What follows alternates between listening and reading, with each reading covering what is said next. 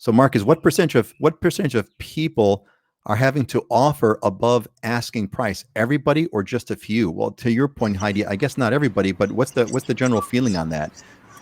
Is here? Let me ask you this: what percentage of homes are selling at asking price? Anything above zero? Is anything still for asking price? So, Scott, go ahead. so the number that I've been looking at is that it's 60% of the homes are selling above asking on Oahu. 60% 60% above. above. Heidi, So 40 or at or below. So 40 or at, well, there's the good news. 40 are at or below. Heidi, what you have a sense of what percentage of homes are getting above asking price? Any sense? I don't have that data point. I What's your feeling? What's your intuition saying? less. I mean, it's less. There's still a lot of properties that are closing right now below asking, but then there's also situations. I mean, I've been in representing buyers in a couple multiple offer situations where they made an offer 80,000 above asking price and didn't get it. So, I mean, it depends. It Depends. depends. It It depends depends. on the situation, and it's important to assess what the situation is on the particular listing or Sure. market you're in, and then make a decision from there. So, Dylan, what's the ratio that you would throw at? So inside baseball for this stat, which is a hard one to nail down, is that so average right now with what the stats are showing is 98% average is 98% list to sold price. So people are almost getting 100% on average of what they're asking.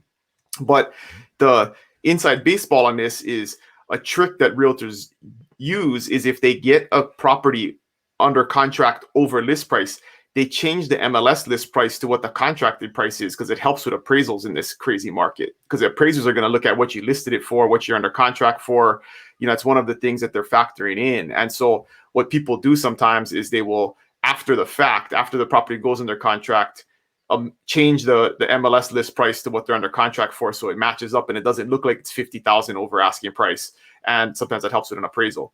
So sometimes a stat doesn't always reflect exactly what was going on at the time of the contract negotiation because they'll adjust that after the fact. Inside baseball. Yeah. Love the inside baseball scoop. But I would say in general, just my feeling is if the property is priced properly, it does sell for over ask. But there are people being crazy and being super ambitious and putting a house on that's worth 650 for 800,000, and it does sit there because I mean, no matter how crazy the market is, buyers aren't going to grossly overpay. So they're not that crazy.